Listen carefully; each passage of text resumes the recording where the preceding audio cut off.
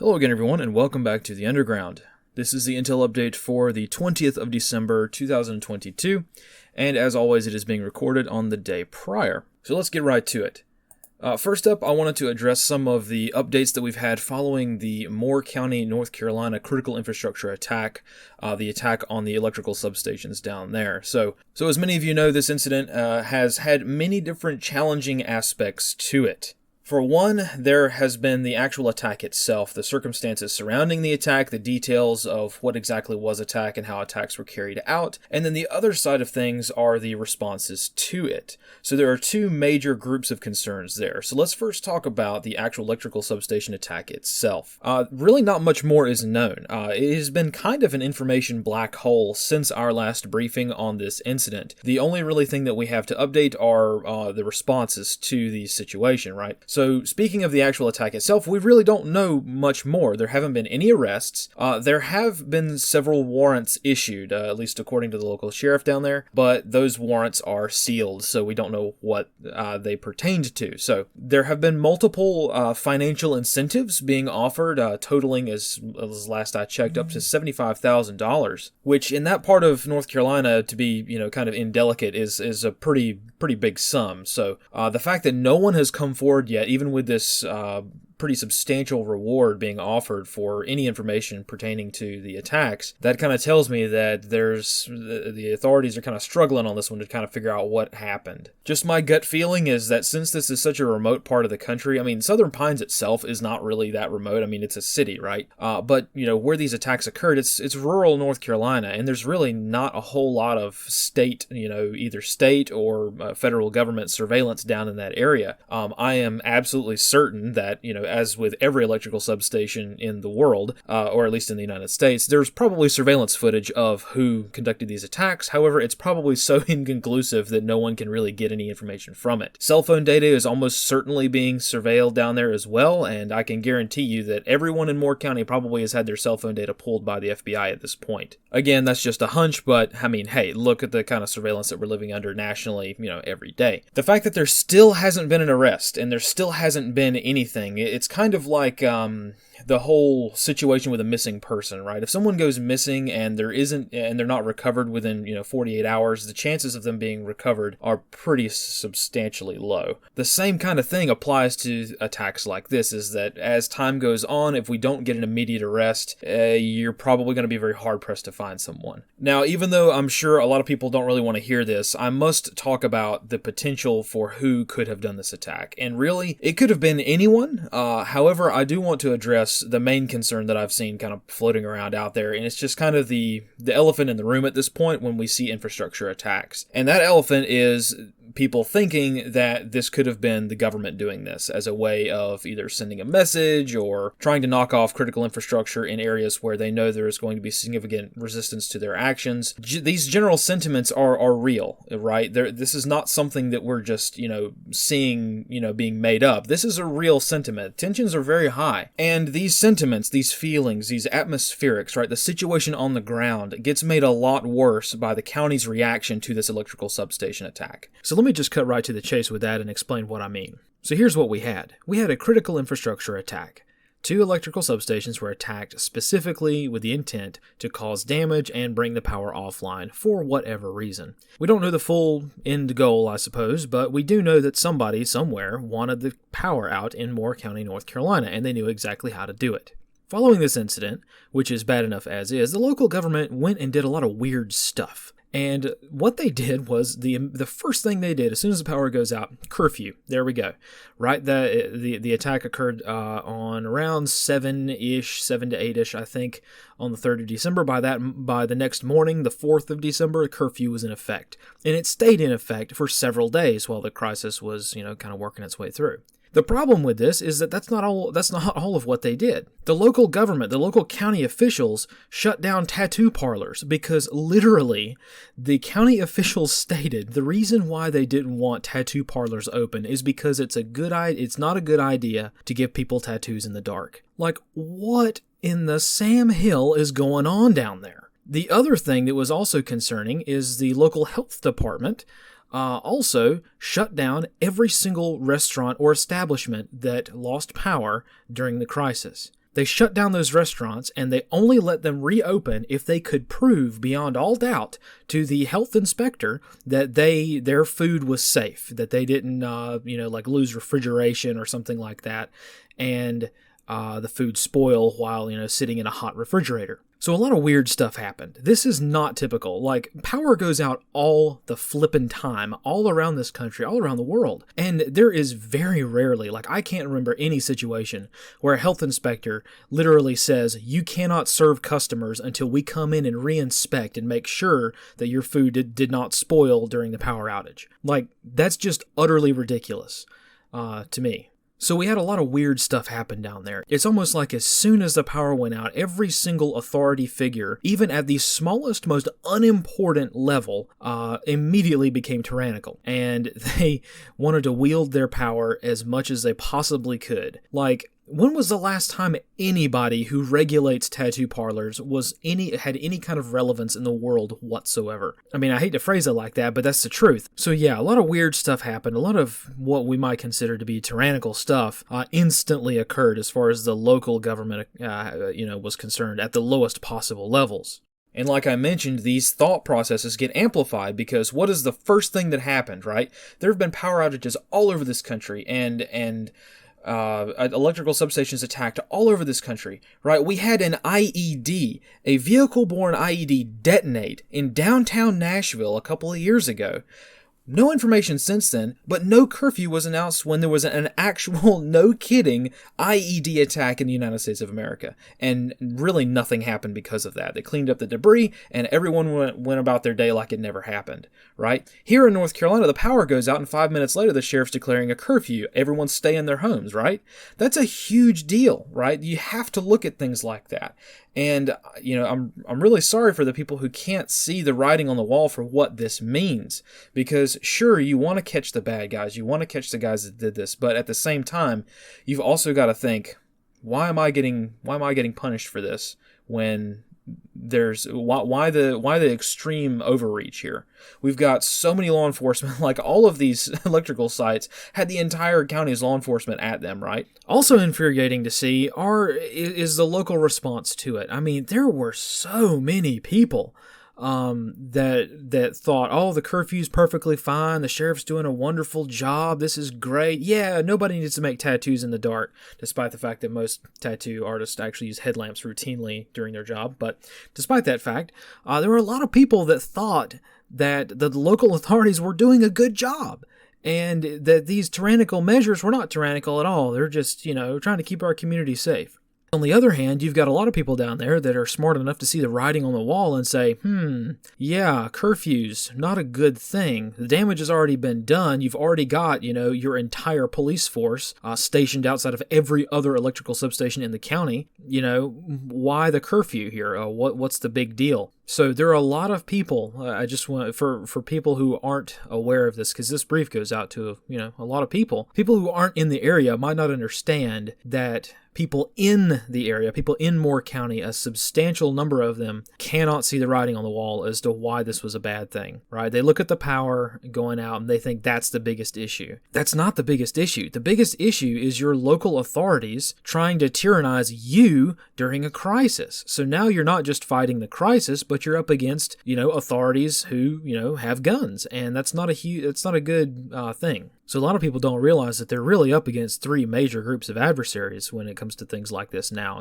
It used to be, man, when I was growing up, when the power went out, the local authorities were helpful. They do what they can. They may not be the best well equipped, but nowadays, man, what has been the response? The response is the authorities, pointing guns at the citizens who didn't do anything wrong. That's kind of the attitude that comes out of this, that a lot of people, especially in places where these kinds of things happen, don't realize. They don't realize the adversarial nature of the relationship. And because they don't understand the adversarial nature of the relationship, they're going to get, bad things happen to them, and they're going to realize it far, far too late. So the next time this thing happens, right? Because let's face it, as we get further into this brief, you're going to realize that electrical infrastructure attacks are on the rise like you would not believe. Now, every time there's a substation attack throughout the country, you have to be prepared. No matter where you're at in the country, you have to be prepared for your local police officers to keep you in your home. That's the precedent that's been set. You have to be prepared for a curfew at any given time. And so few of us remembered that over the past couple of years of curfews, if you know what I mean. But also, your next door neighbors could quite literally be your adversary because you dared to oppose the creation of a curfew. So I think I've talked this one to death. We'll move on now to the actual regional updates. But I really just wanted to make sure that we kind of ironed things out and talked this one out a little bit more with regards to what this attack means. This is a very severe incident that requires a significant amount of reading between the lines to understand the impacts of. So let's move on to the Northeast region. So far, I haven't found anything for the Northeast. There have been a lot of things that have occurred, right? I want to remind everyone that just because it's not on the slide doesn't mean that it hasn't happened. It's just I haven't gotten to it yet, and I haven't run it to ground with a bunch of different sources, right? These things take time. So I haven't really focused on the Northeast just yet. So we'll go ahead and move on to the Southeast region. So moving to the Southeast region, we can kind of see why I think this is worth talking about a little bit more, because even in North Carolina, the latest attack back on the 3rd/4th of December in Southern Pines, that attack was not the only one. There have been several others. There was one back on the 11th of November in Maysville, North Carolina.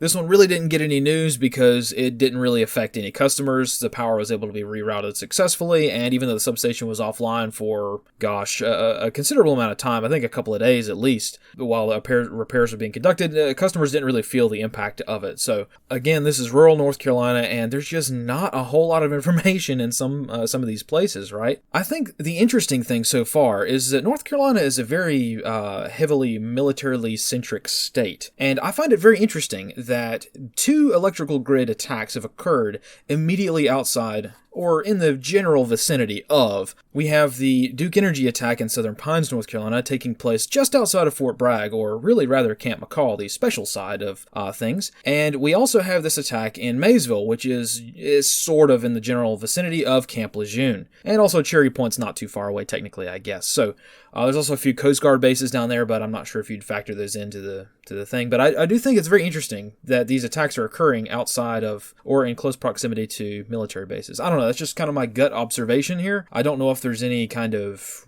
link there investigatively. You'd think that investigators have to be thinking about that, but I guess we'll see as time goes on. Moving down to Florida, a very interesting series of attacks occurred in the sort of Tampa Bay area. And I say area because at least six as of now, electrical substations have been taken offline or affected in some way by vandals and or people seeking to attack the facility. Now, again, I have to be super vague about this because not a lot of the details are public, and we just don't know the details of what these attacks looked like. We do know that Duke Energy has disclosed that there were multiple quote-unquote intrusions to their facilities throughout the area. Now, it being Tampa Bay, the Tampa area being Florida, we have to kind of remind ourselves that a lot of electrical sites are tampered with, broken into, affected in some way by copper theft, right? With the economic situation in the country being super, not great at the moment, we're realizing that things like catalytic converter theft, copper theft, precious metal theft is at an all-time high. It's not helped by the markets, I guess, either way. But we have to think about that. I think that's a possibility, so I wanted to mention it right up front, but I also think that it's probably not very likely. You don't have 6 different electrical substations attacked or vandalized, within a very short time frame. I don't really know what to think about this. It's just one of those things I wanted to bring up in the context of our, national infrastructure, electrical infrastructure being under attack, like in unprecedented numbers. So I thought that since it occurred after the North Carolina attacks, and those North Carolina attacks were so high profile, I thought maybe it was copycats, and that could also be a theory as well. But really, we don't know hardly any details about these attacks in Florida, so I guess we're just going to have to wait and see. Moving to the East Central Midwestern region,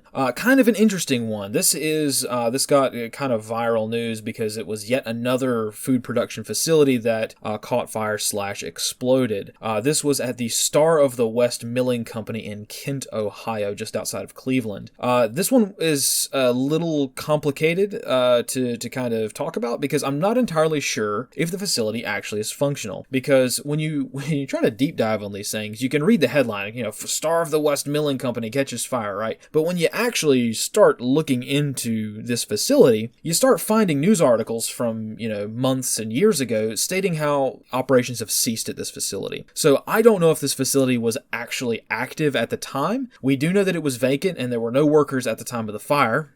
Sound familiar to literally all the other briefs that we've, talked about? These facilities are always vacant at the time of the fire, interestingly enough. But also it was labeled as a historic site because it's a very old historic building, in Kent, Ohio. So I'm not entirely certain if this facility actually produces food. I saw several news agencies claiming that, several 100,000 pounds of flour, this is what this produced. But I don't know if that's what it currently produces. Whether or not the building was actually occupied and producing food at the time of the incident is really important, and it matters a lot. Because if the building was, vacant and it wasn't producing any food and it was just kind of an abandoned building, well, if a building that catches fire that's abandoned, we can just kind of chalk that up to a normal arson kind of event. However, if it was a functioning facility, we really start have to thinking in terms of, all right, this might be a more deliberate attack on critical infrastructure. So again, we'll keep an eye on this. I'm sure someone out there who goes by the facility knows.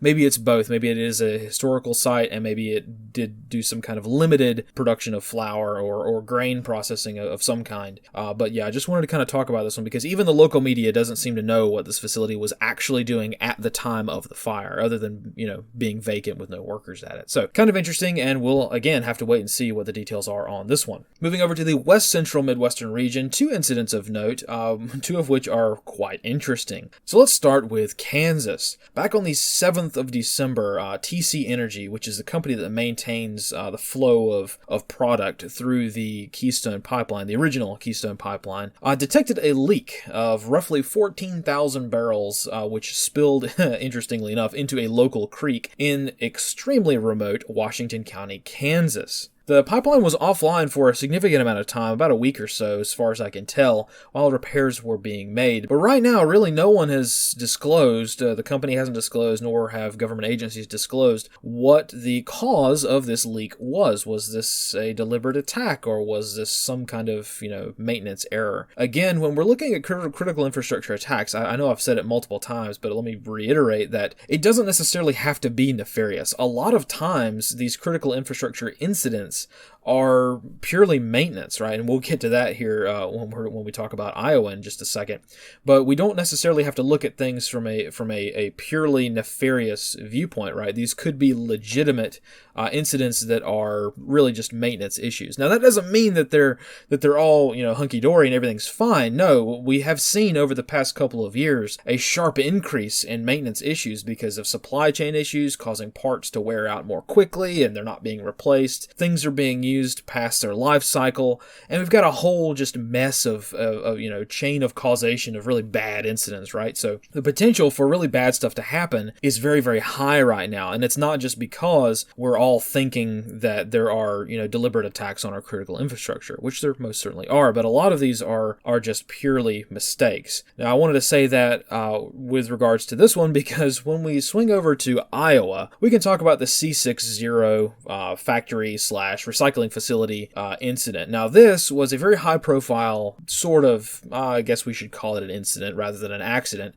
which was a large explosion at that facility. Now this facility is a recycling facility. They primarily focus on recycling shingles back into oil or petroleum products of some kind. Now this incident, I'm sure, will make every OSHA official just absolutely cringe because it's almost like they went down the list of everything you should not do do at a facility, and they did all of those things. For instance, at this facility, at the time of the fire/explosion, the sprinklers were not functional at all throughout, the whole facility. Also, the facility had a long history of fires. In fact, there had been several fires at this facility involving diesel fuel in the days prior to this explosion, and the actual employees of the facility were putting out these diesel fires with hand fire extinguishers. So, that tells you something right there. Also, employees had not actually been paid. There were a few employees who noted that they had not been paid for, they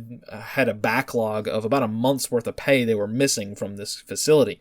Again, another huge red flag. And there were other complaints too. Stuff like employees complaining that the facility management refused to provide them with literally the absolute baseline of OSHA mandated stuff like hard hats and reflective vests. So you start to get kind of a bigger picture here of a more negligence kind of incident, right? As if things were not bad enough, the facility is now a hazmat zone because the chemicals that they use or something at this facility is now leaking into both a local river sort of tributary thing and also into the ground. So that's not good for the local environment. So the reason that I wanted to bring this one up is because, again, we have to keep in mind that right now is really, really risky for a lot of industry, right? If we're not trying to take out bad actors or monitor deliberate attacks on our infrastructure, we're doing it to ourselves, right? So just gross negligence is a huge problem right now, and we have to keep in mind, just like what I said, a couple of briefs ago, I think, we really, really, really have to be vigilant. So if you are a factory worker or if you work at an industrial site, please, please, please be careful. Because here's the bottom line. We all know how vulnerable our system is right now. Our entire global infrastructure is just cripplingly dependent on everything going right at all times. It is so easy to completely disrupt and destroy a lot of our critical infrastructure. And no one has really paid attention to any of this stuff until stuff starts happening, unfortunately. So we have to be vigilant and understand that government agencies don't even really care until after the fact, right? And a lot of times they don't even really care even if an incident does occur. So it's really down to you, the average everyday worker, to make sure or at least be aware if something's going on. Now, I understand a lot of people work in places where, OSHA violations are a huge thing and there's really not anything they can do about it because, do your job or you're fired kind of thing. I get that. But you don't want to be that guy who works at a facility and it gets, impacted in some way under mysterious circumstances and you knew you could have done something, right? You knew that the thing that got attacked was the thing that you knew was vulnerable the whole time. You don't want to have that happen. And I think that these two incidents here, both the pipeline incident and the recycling facility incident, really highlight and drive home these really, really important issues that there's really no one here coming to save us, right? We know this, but we also need to start thinking about that in terms of industry as well. So let's move on to the Southwest. Now, this is a rather empty slide because I am still trying to figure out how to talk about this issue, and this is the border crisis down on the southern border between the United States and Mexico. Mostly the border between Texas and Mexico, because Texas is really one of the only states down there that's actually bearing kind of the brunt of the immigration crisis down there. I'm not really sure, like I mentioned, how to start talking about this because I could do a whole 2-hour brief on just this issue alone. But for those of you who are not aware of what's going on down at the border, the situation's pretty bad. I understand that immigration is more of a political issue than it is an everyday daily life issue for most of America. Like, I get it. So I really think what's needed for Americans to understand what this issue is a rephrasing and a more eloquent description of what's going on down there at the border and why it matters for someone living in a state not even close to the border, right? People who hear immigration, they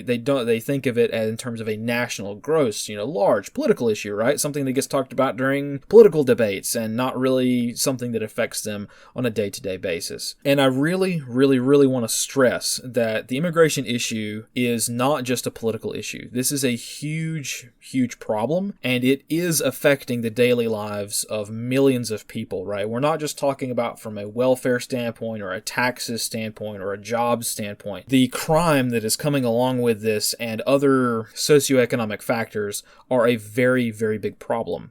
And I'm not doing a super great job at expressing why it's a big problem, so rest assured I'm going to get a little bit more deliberate when I talk about this later on. So again, I just really wanted to draw attention to the southern border and remind everyone that I am not ignoring this deliberately. I just don't know how to summarize and break down this very, very large issue. I can say generally that we have seen a huge influx of people, and you see these numbers on TV, right? You see the numbers either on social media or on some website or something, and you just can't put into your mind how many people that actually is. You think you just see a number, and you can't understand that 10,000 people coming across the border in a day. That's so much more than you could possibly imagine, right? These are a lot of people, and they're going to go somewhere. One of the facilities that they're going is actually the Fort Bliss Doña Ana facility. I think that's just over the border in New Mexico, actually. But it's still, I think, technically Fort Bliss. I'm sure somebody knows out there. When I went through Fort Bliss a couple of years ago, the Doña Ana facility was still just kind of like a vacant facility. Nobody was really at it.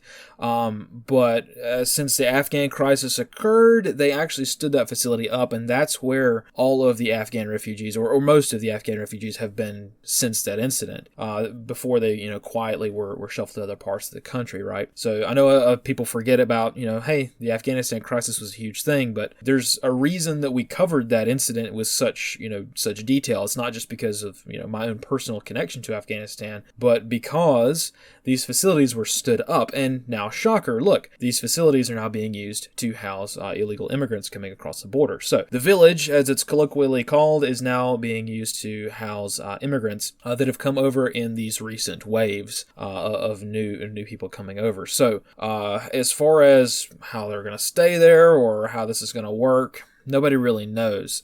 Again, we try to think of this, a lot of people at least try to think of this, in terms of a large political issue. But since it's a political issue, there are differing opinions on what should be done with these tens of thousands of people coming across the border, if not millions of people over the past few years. And because of that, nobody's really getting down to the nitty-gritty details of how the everyday management of this crisis is happening. For instance, we've kind of briefly mentioned this a while back when we were covering, the inception of Operation Lone Star. But the operation, including, I think, 6 different units or 6 different command structures to halt the immigrant waves coming across the border from Texas's side of things. That's really been a mission that is highly, highly controversial. A lot of people, particularly troops on the ground, have expressed that this is a garbage mission, that they're being mistreated very strongly by the state. They're either, when this mission was first stood up, they weren't getting paid. They're being taken away from their families and activated, for a mission that is, what they feel is kind of pointless with regards to how they're employed in the mission. So there's a lot of discontent there. Conditions for troops have gotten better, but they're still, it's the southern border. It's really hard to describe. There's nothing there. A lot of these places are just not super great places to be. No offense to anybody living in El Paso, but I've been to El Paso several times, and it's not exactly a fantastic place. So yeah, it's just nothing about this is good, right? You've got your liberal national leadership that is kind of turning a blind eye to this and pushing the buck off to everybody else. But you also have your conservative state leadership perfectly fine with mistreating troops for political gain, which at least those are not my words. These are the words from the guys down there in a lot of these cases. So you see how this is a no-win situation for anyone, and a lot of people are down there trying to make the best of this situation and try to do some good, but unfortunately it doesn't really look like there's a whole lot of good to be had with this whole mission. So again, I know I'm kind of rambly today, but I really wanted to talk about the Southwest region, particularly the border crisis, and I want to talk about it in much more detail as we go along. This is kind of like the heads up notice of, hey, even if you're not affected by the border crisis, you really are. So even if you don't live near the areas where the border crisis is occurring, trust me, it's rapidly becoming your problem as a lot of these people are filtering to other parts of the country. So start getting spun up on this area, start reading and start understanding what's going on. Why is this such an issue, and why is it worth talking about so much? And you'll start understanding the socioeconomic factors and the cultural factors that make this a very significant problem that affects the country as a whole, right? So again, we'll talk about this more in depth and I'll be a little bit more eloquent next time. But for now, I just wanted to remind everyone, hey, border crisis is getting worse and you might want to start paying attention to it. And finally, moving out west, we can wrap things up for the United States again with more electrical grid attacks. So many of you know that I personally lived in the Pacific Northwest for a few years there, some years ago. So I tend to, this is my own personal bias I'm trying to kind of overcome, but it's really hard to describe the Pacific Northwest to someone who has not lived there. It might as well be a different country. I was born and raised on the East Coast, down in the Southeastern United States, and I moved out there, and talk about culture shock. I got less of a culture shock going to the Middle East than I did going to the Pacific Northwest. So I say all of that to say, look, electrical grid attacks in these areas are pretty standard, particularly in Portland or Seattle. Every single day, there is somebody doing something to some critical infrastructure in those cities. Either it's deliberate or an accident or something. These cities might as well be Gotham City at this point, because these places are just absolutely horrible places. So when I hear of an electrical substation attack in Portland or Seattle, I basically ignore it. I don't even include it in the briefs. I probably should, but it's like, okay, what else is new? This is a very common thing. So why am I talking about it now? Well, because there are uncommon electrical grid attacks being undertaken in the Pacific Northwest. So there have been 6 different attacks over the past 2 to 3 weeks in Oregon, on the Oregon side of the border, and I think there were a couple in Washington as well. I need to double check that. But these attacks have not been inside the city limits of Portland or Seattle or even Olympia or Vancouver or anything.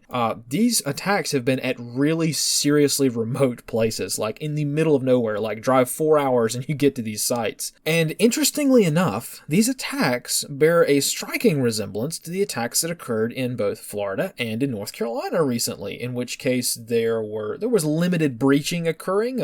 Gates were forced open, or like chain link fences were cut, or something to that effect. Again, we don't really know exactly how the attacks occurred because the authorities are not going to release that data. But the attack style was very, very similar to what we've already seen. Somebody breaching a perimeter, a fence around a substation, and conducting small arms attacks on specific equipment. Now, this is a pretty big deal because a lot of these places, again, like I mentioned, are remote. And that may not sound like much, but that's really the whole kind of thing. If I'm not mistaken, one of these attacks actually occurred at the Bonneville Dam complex. I don't know if it was the substation that serves the dam or whatnot, but the Bonneville complex is a huge hydroelectric dam facility that provides a lot of electricity to the state of Oregon and really the West Coast in general. So anytime anybody comes close to one of these big facilities, we got to stop and look at this, right? And there have been 6 of these different attacks throughout the region, really, really close together. So these, again, with things being the way they are, these could be copycats, these could be deliberate attacks. I literally don't know, and no one else knows either. We can only assess, right? And like I've mentioned a few times before, it sounds kind of callous to say and,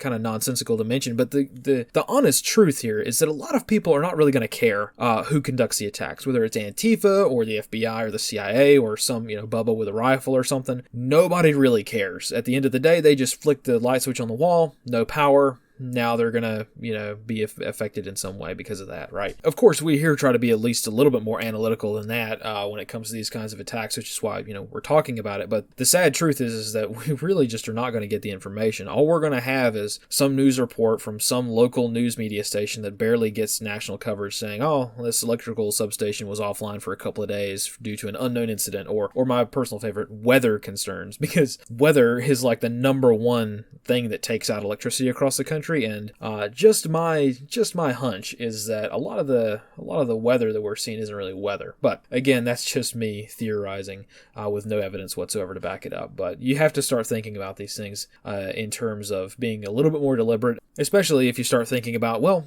who do electrical outages, impact? They impact the general population, because everyone that has authority in this country is going to have a generator. From your local police department to the hospitals to, the White House, they're all going to have generators. So you're not really harming anybody by taking power offline, but yourself. So you really have to wonder who's behind these attacks, even though each individual attack is its own case study. So now that I'm completely all over the place today, let's go ahead and close things up with the United States and move to Europe. And really today I want to talk mostly about Western Europe. So sorry, Eastern Europe, we're going to talk about you another time, because Eastern Europe is getting kind of spicy right now down in the Balkans. But I need to get a little bit more data on that before I start talking about that potential conflict. So let's start with the United Kingdom. Our friends across the pond there, you guys have had quite a bit of problems with two main concerns, which again are not new. We've been talking about these for weeks and months and years now. But the two biggest concerns have been food and energy prices. Mostly the price of these two things becoming a huge problem for citizens. Though the credibility of most statistics on the planet is very questionable right now. Many British mainstream media sources have cited recent studies claiming that 1/3 of single parents are skipping meals regularly. Perhaps most disturbingly, there is limited unconfirmed reporting out of Wales that people are being reduced to consuming pet food in Cardiff. Again, we all know how the media loves a sensational story, so there's no telling how true these reports are, but many citizens throughout Europe are posting about their own food insecurities on social media, so that does lend some credibility to these reports. I hate to drop kind of a bomb like that and then just kind of walk away and say, well, maybe not, maybe it doesn't matter, but that's how it is, with mainstream media these days. You see something really shocking and then you kind of have to balance it out with a lot of reason, and unfortunately with regards to the food and energy crisis throughout Europe, we're not going to find a whole lot of reason these days to balance out the bad news, unfortunately. So food and energy have been a huge problem for residents of Great Britain and a lot of Western Europe as well. Jumping to mainland Europe there, in the Netherlands, the World Economic Forum continues to wreak havoc on the Dutch food supply, with farmers being forced to only use a fraction of the fertilizer that they need in order for the WEF-controlled government to meet their climate goals. Look, I'm just going to be honest with you today. The straight dope is that throughout Europe, there is a concerted effort to reduce the global food supply, and the Dutch government is among the top offenders in the humanitarian crisis that is currently underway. The Dutch government has cut livestock production by 30% across the board and has shut more than 3,000 farms down and confiscated the land because those farms are, quote, peak polluters, right? Look, we all know what's going on, and we all know what we need to do. Get really good at farming and living without electricity, while at the same time your government is hunting you. I can't really mince words on that one because it's the truth at this point. We have been given the advantage of prior notice, and it doesn't take a genius to predict how severe these things will likely become. And I understand that European viewers like watching an American cover European news. It must be a bloodbath, to be honest. But at the end of the day, I think that maybe an outsider's perspective is probably a little bit more helpful than you might think, because we're dealing with a lot of the same issues here. And let's be honest, a lot of the problems in Europe are being created by or heavily influenced by or encouraged by, very powerful Americans. So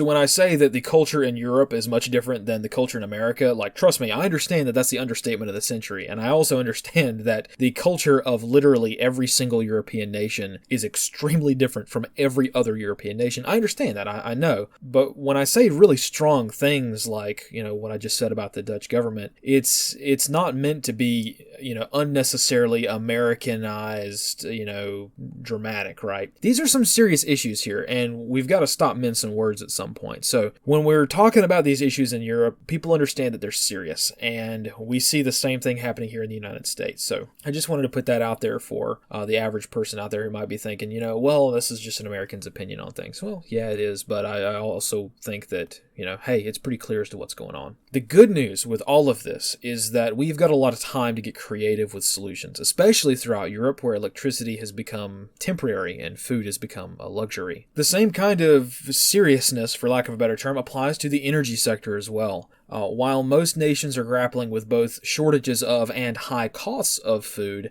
the other main issue for Europeans is energy.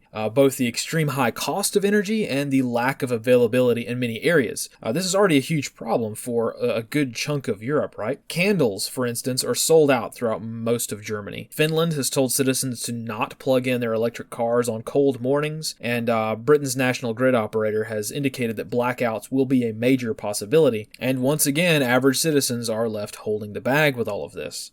German political leadership has fortunately scrapped the plans to shut down Germany's last 3 nuclear power plants, and several coal-powered plants have been brought online out of mothballs to meet Germany's power needs. Will this be enough to prevent blackouts? I highly doubt it. I mean, I'm no energy expert, but it doesn't take a genius to see that Germany's actions, much like the actions of most other European nations, are far too little, far too late. However, we shall see what the creativity of the citizenry will bring about. Now is the time for Europeans to start taking interest in their own survival and reduce the stranglehold their governments have over them, even if their governments do not desire that outcome. Seeing as how Germany has been an example of companies involuntarily turning down thermostats for climate reasons, now would be a pretty good time for everyone to perhaps remove their smart thermostats. Electrical companies not letting you charge your electric car? Well, maybe now it's time to rethink that purchase, or at least take measures to fully own your technology and be able to charge your vehicle off of solar panels or other means that governments cannot control. These things may seem simple in retrospect, but right now this is what average citizens are being faced with around the world, including here in the United States. So we shall continue the tradition by ending on that foreboding note, and we'll have to talk about some more stuff next time. I know that there has been so much news and so many incidents that have occurred over the past, since the last briefing, that there's just way too many for me to talk about, and I've just kind of got to take a step back and reassess what's going on here. So for those of you who think, there's nothing going on, no, trust me, there's stuff going on. It's just overwhelming to cover all of this stuff. So trying to kind of pick the stuff that I've already kind of thought about quite a bit, and we'll go from there. As a side note, I'm really trying to avoid these briefings becoming a sort of I told you so, because we've been talking about a lot of this stuff for a very, very long time. And I know it's probably annoying for you, but it's definitely annoying for me when I basically talk about the same thing over and over and over again, because the same exact things are happening over and over and over again. You know, there's nothing I can do about that, but I'm trying to find ways of making these briefings a lot more efficient and a lot more useful, rather than, me just reading you the news. But as you all know, these briefings have been kind of a meandering experience over the past few years, so I guess we'll keep meandering a little bit further. Thank you again to everyone out there for watching us and supporting us over the years. And more than that, thank you for supporting yourselves. As we all know, chances are if you ended up watching this video, then, you know how things are going. We don't really need to preach or tell you what's going on in the world. You can plainly see it for yourself. And I really do appreciate the amount of innovation, the amount of dedication, and the amount of hard work that we have seen people, undertaking in these tough times, and, to prepare for the times that are about to get tougher. Right now, we're just at the beginning of this global goat rodeo, so here's your motivation to keep getting better, keep getting fitter, and keep learning, and take all of the hardship that you've experienced so far and put it to good use. Turn your disadvantages into advantages, even if for right now, we have to fight in the shade.